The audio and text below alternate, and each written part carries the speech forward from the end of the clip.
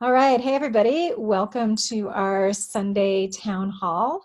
We are going to be talking about socialism today. This has been one of those big words that have been with me through this campaign since I started traveling around the state in June and talking to folks. And there's been a definite uptick over the last few weeks on social media of this massive confusion that people are having between socialists and Democrats. And most of that is coming from Republicans, but there's also some of it that seems to be floating around kind of at the edges of Democrats when I'm talking to them. And so it seemed like this was the time to actually have that conversation and do a little bit of what's going to be a little more like presentation today before we open it up to conversations. And I also want to talk a little bit today about vote blue no matter who, and actually how that relates to this confusion about Democrats and socialists. And so I'm going to go ahead and actually screen share this time. This has not been something I've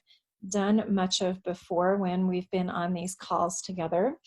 But I'm going to go ahead and do it this time because I made some slides. And I'll have to figure out where to put us and our little graphic in order to not have it be, there we go, that kind of works. Okay, anyway, so I wanted to do just kind of a basic intro to what exactly is socialism and then talk about the ways that Democrats and socialists are not the same thing at all. So the first thing I want to say is that you'll notice up at the top here, I did this Yana for YO version. So there is an incredible amount of diversity within the socialist movement in North America. And just like with capitalism, like if you ask people who consider themselves to be not socialists and capitalists by default, well, what is capitalism and how does it work? You're going to get very different answers to that. And so there's different ways of framing and talking about socialism, and there's different emphasis that people put on different parts of it. And so this is the particular way that I've been talking about it since I've been out there campaigning, and it seems to be resonating with a lot of people.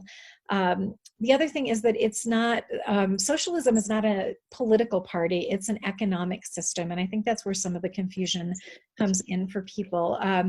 There's also this confusion about whether the word democratic in front of socialism adds anything or changes anything or softens anything for some people.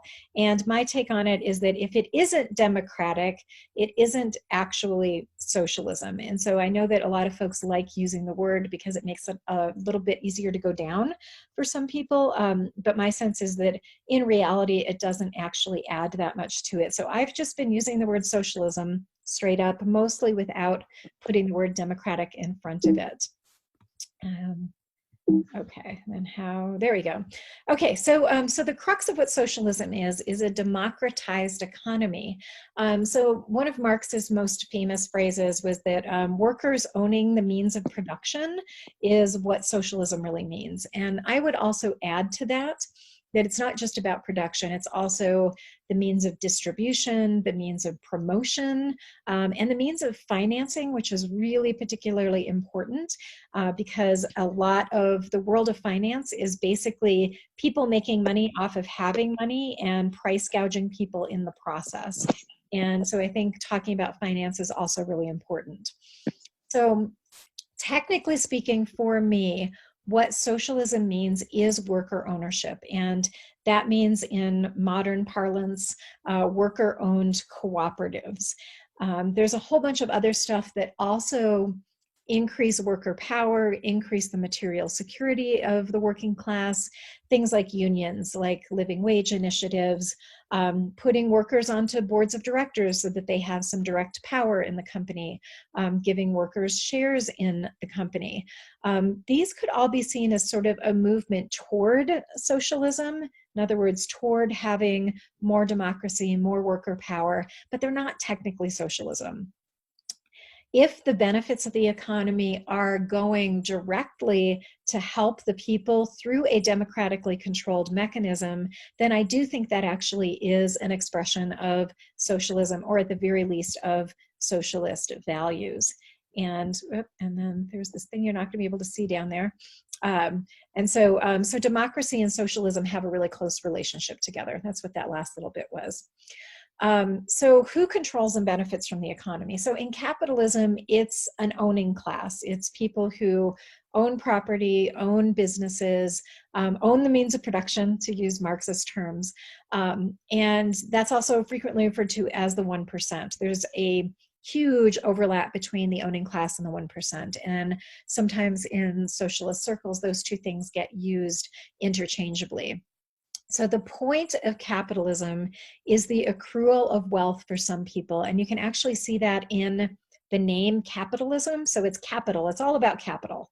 So socialism, which has the word social in it, the people who control and benefit from the economy are the workers.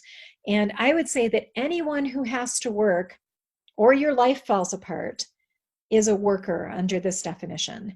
And so we're seeing with COVID-19 right now that for some people, being out of work for half a day or half a week actually was tremendously damaging. Like, it was that fast for some people. And for other people, you may have enough money in the bank and enough security accrued in different ways that you're okay for a year, but at some point, your life is going to fall apart if you don't go back to earning wages. And so for me, that's what I think of as the working class. And so those are the people that I think should actually have the power in our economy.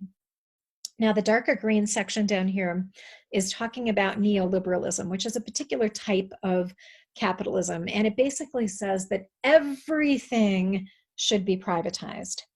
And this has been on the rise since the 1950s. And we've been seeing more and more systems go from public ownership to private ownership and privatization. So, we can see that with healthcare, like right now, most of our healthcare infrastructure is privatized, including our access to healthcare via private insurance. So unless you're on Medicaid or Medicare, you are basically having to interact with the privatized healthcare and health insurance industry in some way. Even those of us who are on the Affordable Care Act, we're basically being subsidized into the capitalist healthcare market. We're seeing a movement right now to privatize the post office, and that movement has been afoot for a long time, but it seems like it's actually getting a foothold right now in some really scary ways. It's also privatizing public lands that are obviously no longer going to be public. Various movements, some of which have been led by Cynthia Lummis, who's one of my opponents in this Senate race, attempts to move currently public lands out of public hands and selling them off to the highest bidder. Transportation is a really interesting one. The train system and trolley system in a lot of cities was a lot more vibrant at one point, and then there was this big move to actually get rid of public transportation and move toward private cars. And so this was back before everybody owned their own car as kind of a matter of course in a lot of places. But that's what's ended up happening because of neoliberalism. And if you can imagine a world where the only way to get books is through big box bookstores and we don't have any libraries, that would be another version of what neoliberalism fully fleshed out would look like. So one of the real problems with neoliberalism is that it builds basically means testing into everything.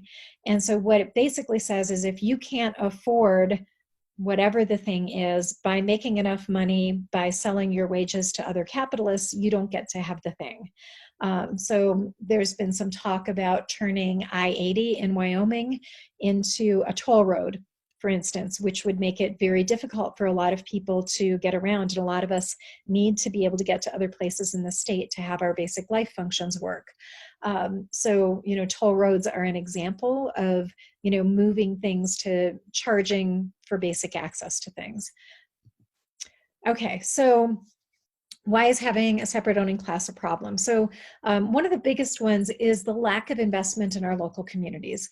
So you can see this trend that's been happening in Wyoming as the coal industry has been really struggling, that a lot of coal companies have been passing from hand to hand to hand. And each time that company basically goes bankrupt and then gets sold off to another owner, all of the social obligations to our local communities and to our state have gotten wiped out repeatedly in that process.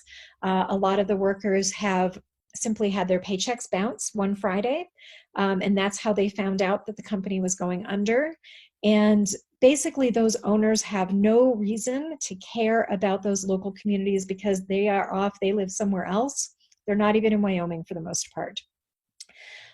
So the second problem is that one of the things that neoliberalism and really fully embracing capitalism has done is that the ratio of CEO wages to worker wages is completely outrageous at this point.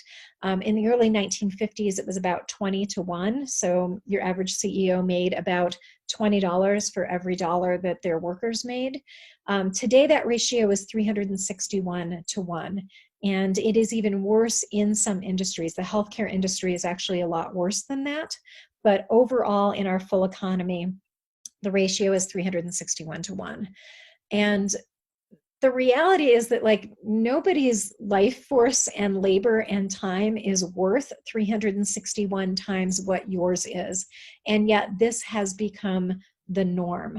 And I'll give you a little diagram in a little bit that will show one of the reasons why that is so destructive.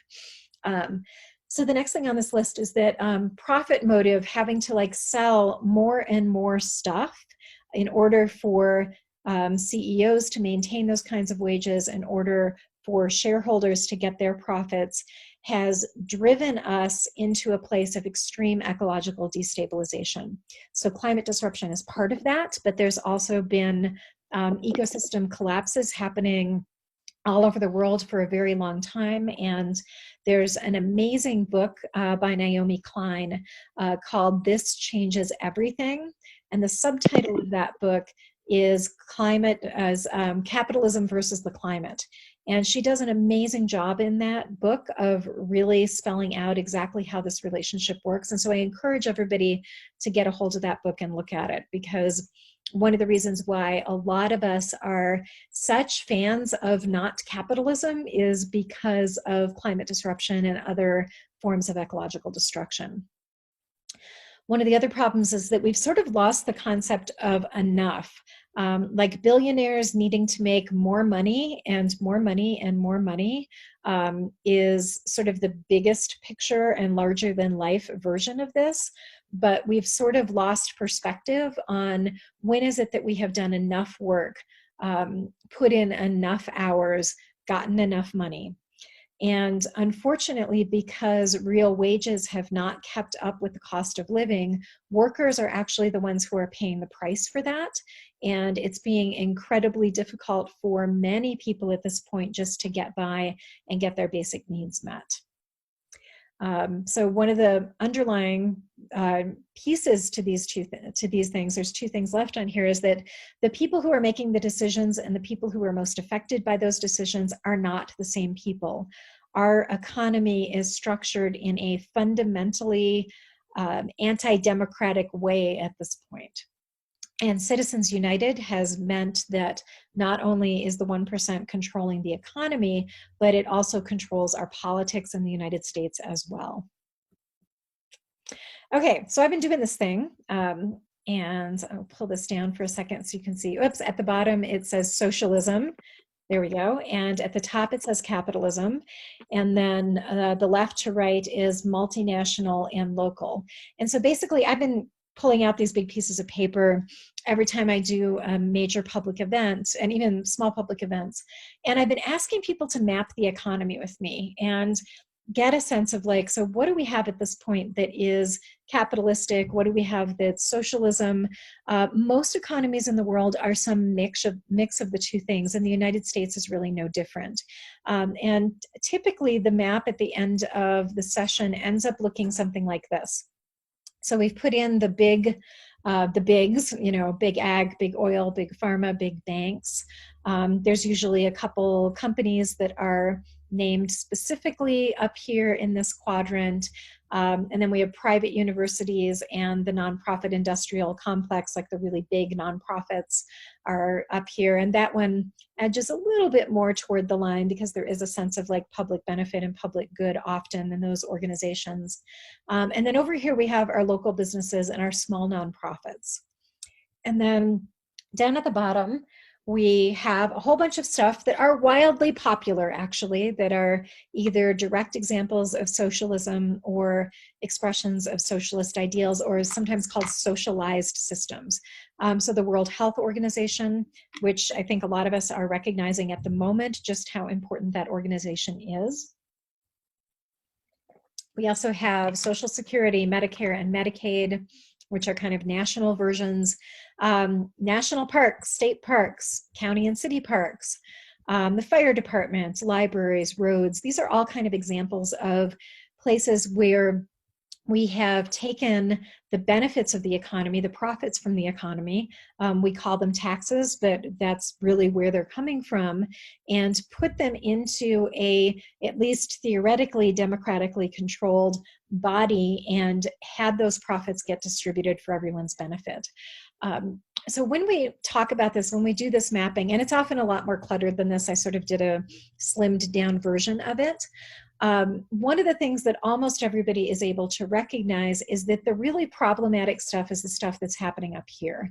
Like, these are the companies that are buying politicians. These are the companies that are driving the destruction of the planet. These are the companies typically that are not paying living wages, and where there's no real relationship between the owning class and the working class.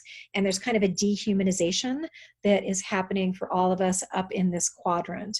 And so my campaign and the socialist movement in the United States in many ways can be described by this arrow. So what we are talking about is moving power from that upper quadrant into the lower quadrants, and specifically trying to move things so that they're more human scaled in a lot of ways.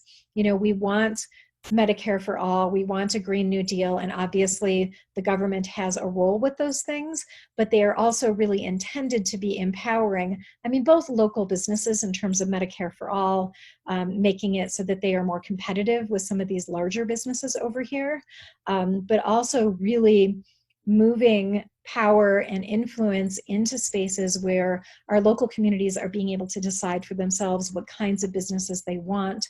What the nature of our communities is often an economic question as much as anything else. And so really what we're talking about is a transfer of power, because power is affecting real people's real lives. So here's the other little drawing that I do sometimes. So the other way that you can think of socialism is eliminating some things that we are currently having to pay for from the picture. So basically, when you buy something, whether that's a thing or a service, you think you're paying for the thing and or the service, and you are. And you're also paying for some level of kind of administrative overhead. And I mean by that, the labor of the person stocking your grocery shelves, the person at the doctor's office who is scheduling your appointments and keeping your records. It's also the truck drivers and the folks who actually get the things to you. And so it's not directly that thing, but it's the reasonable costs of the things that are needed to make that good or service get to you in a good way. Unfortunately, under capitalism right now, we also have this layer of CEO and sort of upper management wages. And again, they are outrageously out of balance with the rest of us. And you also have shareholder profits.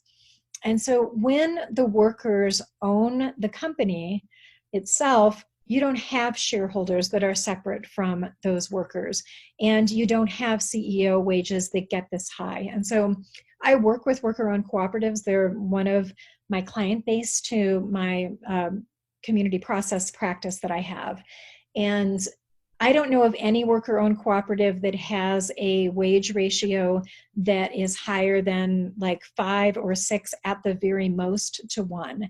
So this ratio is completely different. And it's because no sane person in a meeting is going to say, you know, Bob over here, I actually think that Bob is worth 361 times what you and I are worth. So I think we should give Bob those kinds of wages. Like, nobody does that when the people who are doing the work are also the ones who are making those kind of managerial decisions.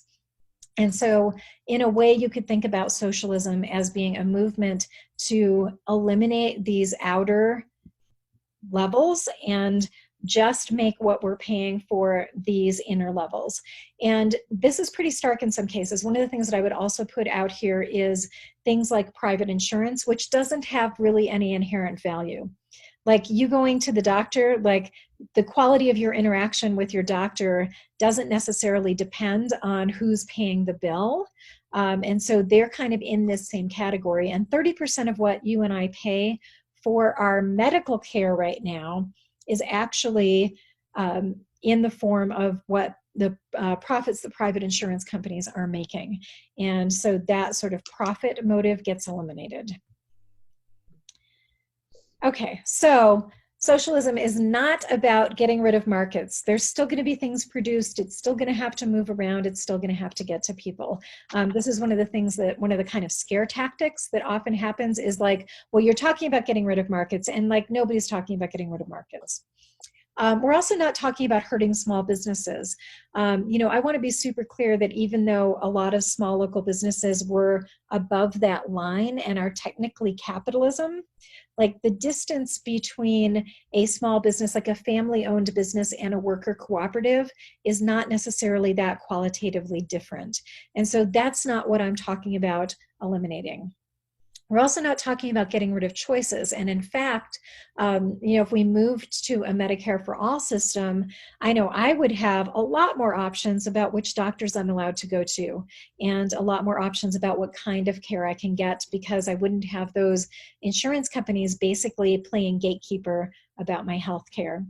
It's also not about a government takeover. Like the government already has plenty of role in our economy, and often that role plays out in terms of propping up these big businesses and bailing out big businesses and subsidizing big businesses. Like there's already plenty of government fingers in things.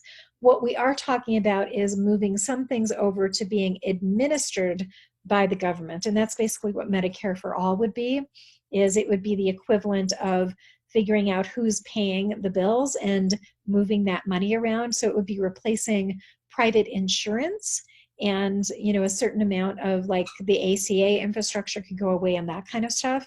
But it wouldn't actually be the government employing your doctor or running those businesses. What it is about is redistributing power. First and foremost, that is the crux of what we're talking about with socialism. It's also about increasing worker security, and that's most of us. You know, having higher wages, having more control over whether you're out of a job or in a job, being able to make decisions about the direction of the company that you're in, and that kind of stuff.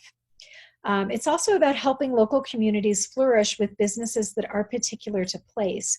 And this last one, I probably should have put this bullet first, but reducing the big box kind of one size fits all consumer reality. You know, we used to have hardware stores that stock different kinds of items in them in our local towns, and now we basically have these big box stores where it's like they're basically carrying the same kind of products, and there's no local specificity about what those companies are carrying. And finally, it is actually about addressing climate disruption. Climate disruption is, I think, our biggest existential threat right now, and unhooking us from that like hyper-consumptive, hyper-profit-driven economy and moving it back towards something that is more based on real people's real needs is actually one of the things that we need to do to really address climate disruption. Okay, and so I'm going to stop my screen share at this point, but I want to do another little piece before I stop talking, and that is something that I think is really deeply related to both of those, and is playing out right now. And it is so interesting. So I stopped screen sharing and it got rid of everything that I had up on my screen. So give me just a second to get back to my notes for this part of what we're talking about. So basically, I want to talk a little bit about the vote blue no matter who phenomenon that is getting very intense right now. And I actually, part of why I want to address it today is that my primary opponent, Merav Ben David, has been putting a lot of pressure on me to drop out as a Democrat from running because I will not endorse Joe Biden. And so this is clearly up right now in my campaign. And I also think it's really closely related to this socialism thing. So So Democrats are not anywhere close to being all socialist. A few socialists have been willing to join and participate in the Democratic Party, including myself, but that overlap is in reality not very big. And it's part of why pressuring Sanders supporters to just vote for any old Democrat is meeting with such intense resistance. So many of his supporters were never Democrats and may well have more in common with in terms of genuine class interests with working class Republicans than they do with somebody like Joe Biden or Mike Bloomberg, for instance. So, I do want to address this, and, partly again, because Marav has called for me to put myself on the sidelines, as she said in a tweet yesterday. And I want to say that I'm really clear about the battles that I'm fighting. Those battles are for working class and poor people. They are for a livable planet. And for everyone from disabled and queer folks to Indigenous and Black people and all people of color, to protesters and people who still believe that their votes should count for something, to immigrants, basically everybody having their full human and civil rights. And precisely because those are my fights, my line is actually between neoliberalism and its corporate candidates and socialism and people-powered campaigns. And that line, unfortunately, runs down the middle of the Democratic Party rather than neatly running in between Democrats and Republicans. So candidates who are pushing really hard right now, and really anybody who's pushing really hard right now for vote blue no matter who, I think are basically signaling that they are willing to align with corporatocracy. In other words, the corporate control of our economy and politics. And that control that the 1% maintains is over much of the Republican and Democratic parties alike. And I'm not going to do that. I'm not going to make that alliance. Corporate Democrats have, for instance, controlled the House of Representatives since January of 2019, and we haven't seen Medicare for all and a Green New Deal.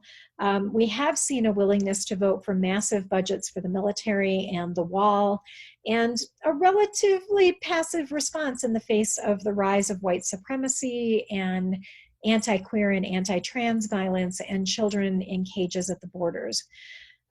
So unfortunately, family separations happened under Obama. The Paris Accord was seriously undermined by US advocacy to the point of being utterly inadequate under the Obama administration. Every president in recent decades has expanded our military presence, including every Democratic administration. Many of the fights that I am fighting are not shared by corporate Democrats. The people who are most strongly resisting the corporate mainstream of the Democratic Party in favor of real service to the people are being led in large part right now by people who identify as democratic socialists. So Ilhan Omar, Bernie Sanders, Alexandria Ocasio-Cortez, Rashida Tlaib. And again, while I think the Democratic part of that is redundant, I don't think that's an accident. I think that means something.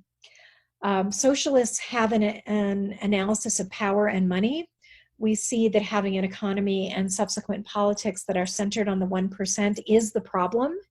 It has stagnated wages. It has allowed profiteering from basic human needs, including housing, medicine, food, and even water. And it's driven our ecological systems to the point of collapse. And that's all in the name of profit.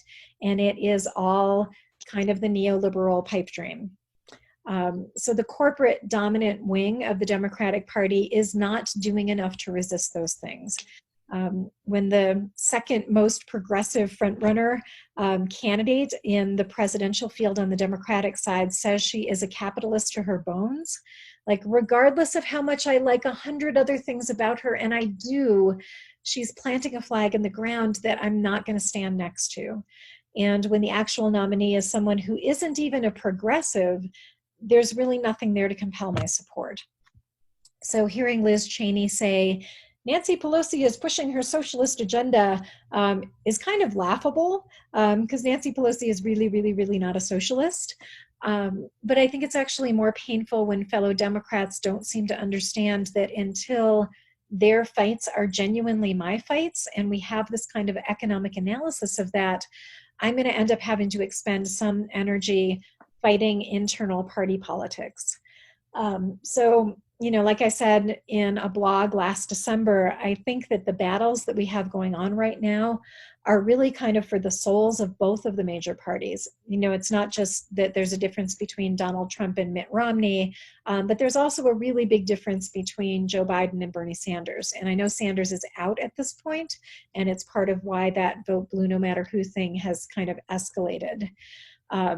I am really encouraging people to use your votes with deep discernment, so that your vote is aligning with the fights that are most important to you. And if your discernment tells you that Joe Biden is the best thing to do, go for it. I totally support you doing that vote. But I and nobody on my campaign is going to tell you who you should be voting for. My hope is to make the Democratic Party better for working people by really clearly articulating where we think that these lines actually need to be drawn. So that is my spiel on vote blue no matter who, and my spiel on socialism. And I would love to open it up if folks who are here have questions or comments, and let's have some conversation for about the next 15 minutes or so. So thanks for listening, and feel free to hop in.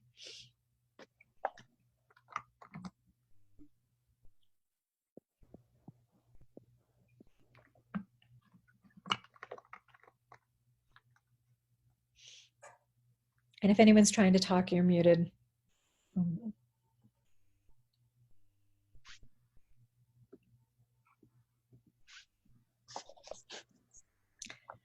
Okay, well, maybe we're not going to have a conversation this week, which is totally fine. So last call. Does anybody want to hop in here? Oh, Yana, sure. Yeah, hey.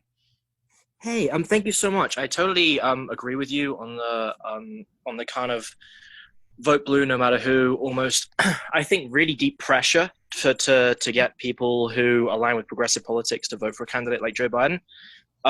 He's obviously gone on record and said that he would potentially veto Medicare for all were it to pass through Congress, which again, you said about flags on the ground, and that's a major, major red flag for me because as we discussed before, like Medicare for all is something I think the country is in desperate need of. Is there any, how far would he have to shift for you to consider supporting him? Is there any flagship policies that you might think it's worth a chance? Or do you think his past records, such as voting for Iraq, absolutely asserting that he would happily cut Medicare and freeze Medicare and Medicaid, is there anything he could do in the present that could help mitigate those past serious errors for me? Gosh, Glenn, I think about this a lot because, and obviously we have time to, have contemplated this. I honestly am not sure exactly what I am going to do with my vote. I mean, when I'm encouraging people to use their discernment, I'm also still in my own discernment process about that. And I don't know. His past record is bad on almost every front that I care about. And, it's deeply disappointing to me that this is where this has ended up because, there were any number of people that I would have voted for who were in the field. So this is not just, I am not a Bernie or bust person. I probably would have voted for Elizabeth Warren. I definitely would have voted for Julian Castro. I really liked him in a lot of ways. And I would have really enthusiastically voted for Bernie. And I think there's a number of other people that I would have made that stretch for who I feel like have more mixed records. So my skepticism about Joe Biden runs very deep at this point. And, if I see him really in partnership with Bernie, for instance, in developing policy shifts, maybe. I don't think it's quite as much about his VP choice for me. I don't think he's going to pick someone who is as progressive as I want them to be. If he picked Rashida Tlaib, yeah, I might go there. I don't think he's going to do that. I mean, I think he's going to, choose a younger woman, which is good. But I don't think he's going to be willing to choose somebody who I would really be excited about as president, mostly because I have this economic analysis. So I don't know. I mean, I think this is something that's going to I'm imagining in late October and the first few days of November, I'm going to be really tortured about how do I want to actually use my vote in this moment. Um, yeah.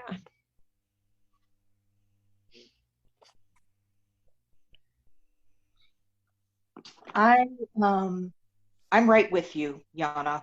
I'm devastated at where the DNC has led us. Mm.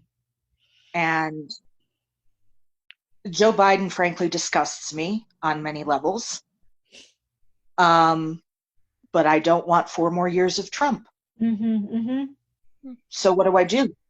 If I vote for someone who's not on the ballot or vote for some obscure third party, what it would make me feel good. Mm-hmm, mm-hmm. It would satisfy my ethics. But what would that do statistically? Mm-hmm. If enough people do that, Mm-hmm. does it mean 4 more years of Trump? And that's where my concern lies. Mm-hmm. Well, I think that we have different levels of, I mean, I want to say freedom. I mean, I want everybody to be able to like vote the way that vote their conscience. And if you're in a super safe red state or a super safe blue state, it is a little bit different calculus in terms of like the actual effect that your vote is going to have.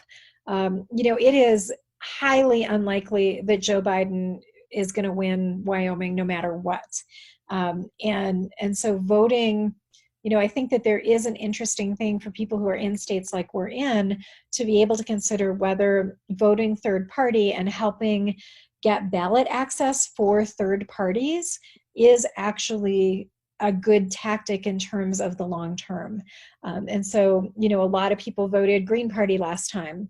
And and if the Green Party gets 5% of the vote nationwide, I think that creates ballot access. And so that is something that I want people to be considering and thinking about as well. Is are there ways that your vote can still be used tactically? And it could be, if we get close to November 3rd and Trump is polling really badly in safe red states for some reason, because a lot of weird shit can happen, particularly in 2020.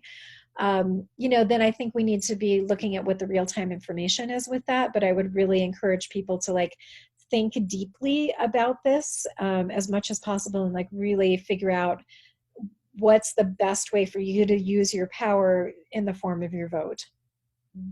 But I get the torture, man. I totally get the torture. Yeah. Yeah. Very good points that I hadn't thought of before. Thank you so much. Yeah.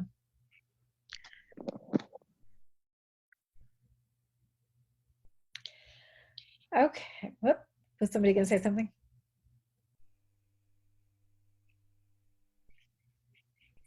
Okay, so I think I'm going to go ahead and wrap us up because I actually have a Democratic Socialists of America meeting to get to in about 15 minutes, and so I'm going to go ahead and switch gears and get ready for that meeting. Thank you so much for folks who came to the town hall. We are here every Sunday at 1 o'clock. I'm also on Facebook Live every Thursday at 12:30. And so I can see you in that format as well.